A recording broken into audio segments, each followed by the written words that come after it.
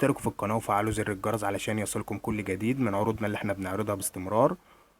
وعلشان ما اطولش على حضراتكم نبدأ عرض النهاردة ونخش في التفاصيل. عرض اليوم النهاردة لمدام أرملة بترغب في الزواج والاستقرار مع شخص محترم يتقي ربنا فيها ويصونها وتكون معاه ببناء أسرة من أول وجديد بعد وفاة زوجها من فترة في حادث، فربنا بإذن الله يرحمه ويرزقها بالشخص المناسب ليها اللي يتقي ربنا فيها ويصونها ويحافظ عليها ويكون سند ليها بإذن الله. نبدأ العرض ونخش في التفاصيل. كود العروسة هو 391 زي ما احنا قلنا لمدام أرملة في منتصف الثلاثينات من العمر، معاها ولد واحد 8 سنوات يقيم معها في منزل الأهل منذ وفاة الزوج.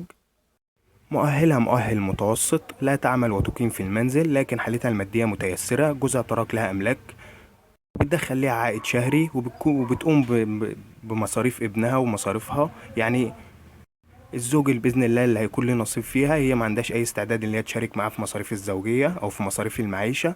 بس اهم شيء برضو بالنسبه لها ان هو يكون عنده دخل ثابت ويكون بيعمل.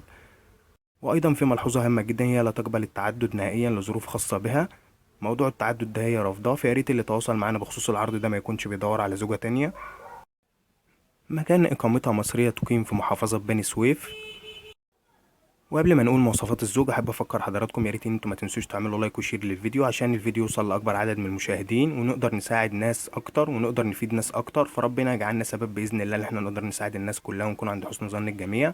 وبحب اشكر كل الناس اللي بتتواصل معانا وبتتفاعل معانا على فيديوهاتنا، وبقول لهم احنا مستمرين بيكم وبدعمكم، ويا رب نكون عند حسن ظن حضراتكم.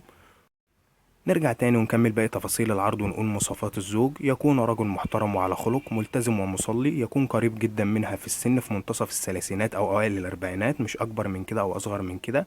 يكون عنده دخل ثابت او عمل ثابت، ويكون ايضا ارمل او مطلق لان زي ما قلت لحضراتكم في بداية الفيديو هي لا تقبل التعدد.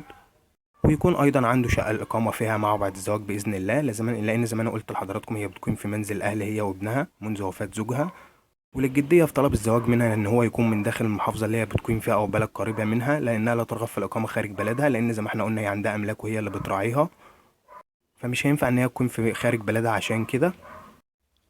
طريقة التواصل مع والدها وهو ولي أمرها، فعلى من يجب بياناتها مناسبة ليه هو في المواصفات المطلوبة من قبل صاحبة الإعلان. يا ريت تتواصل معانا برسالة فيها بياناته الشخصية كاملة زي ما احنا قلنا هنا على اليوتيوب أو على الإيميل الخاص بالقناة. البيانات زي مكان الإقامة والحالة الاجتماعية ومؤهلك الدراسي وعمل حضرتك حابب تسيب رقم موبايل ليك، يا ريت تكتب رقم موبايل بطريقه الحروف بلاش طريقه الارقام عشان الرساله كلها ما تتمسحش. وباكد ليكوا ده ما بيكونش منا، ده بيكون من اليوتيوب ذات نفسه. وبكده العرض ده بيكون خلص، لكن عروضنا لسه ما خلصتش فتابعونا باستمرار. ومع زواج اونلاين هتلاقي الاحسن والافضل ليك معانا ان شاء الله. وفي النهايه تحياتي